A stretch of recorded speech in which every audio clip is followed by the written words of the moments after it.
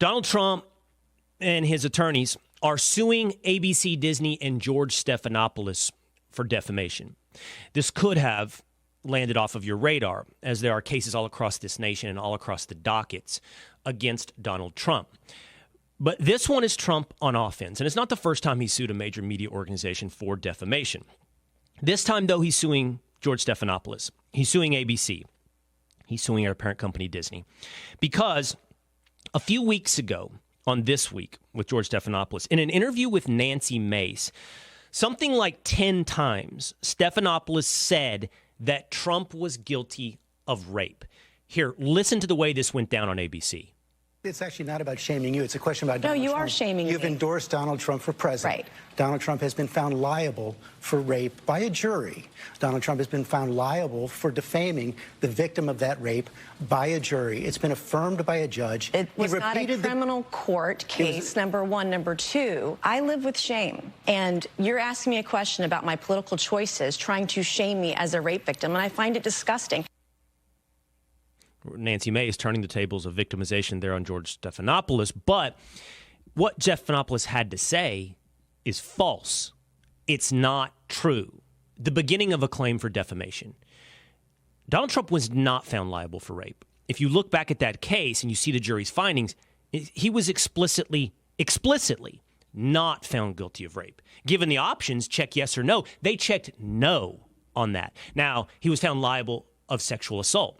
You can say that's semantics or that's a gray area, but not when the two options are presented to a jury. And certainly the word sexual assault carries a different connotation in the public's mind than the word rape. And that's the point on defamation. Are you harming someone else's character? Stephanopoulos surely knew the truth, yet he continued over, like I said, 10 to 12 times to use the falsehood. Now, maybe Donald Trump is defamation proof. He's such a public figure, surrounded by so many lies, that you can't ever win a case for defamation. But this should be an obvious case. Here are the legal elements. First of all, is it false? When you are a public figure, you have a heightened standard.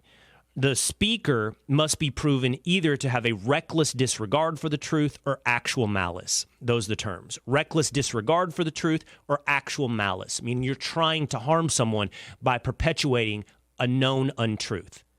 I would think that right there would satisfy the elements of, at the very least, a reckless disregard for the truth, at the most, and necessary, actual malice. Now, once again, what happens in real life and the way it should work is different than the way it does work, both in people's minds and in the court. And again, that's the theme today for the Will Cain Show. Should versus how it actually happens in people's minds. Because here's what's happening to Donald Trump. Case after case across America, across the docket. It was supposed to be that this Thursday, March 28th, Donald Trump would begin his quote-unquote hush money case in the Southern District of New York with federal prosecutor Alvin Bragg. That's been delayed because there is evidence that Alvin Bragg, sitting on hundreds of thousands of pages of discovery, did not share them with Donald Trump's attorneys. Literally hundreds of thousands. And Trump's attorneys are making the claim they need more time, obviously, to go through all of this evidence. Discovery is the collection of evidence that will be used in a trial, and it has to be made available to both parties. But not unlike everything that takes place with Donald Trump, and maybe in all prosecutions, there's some dirty, dirty pool being played.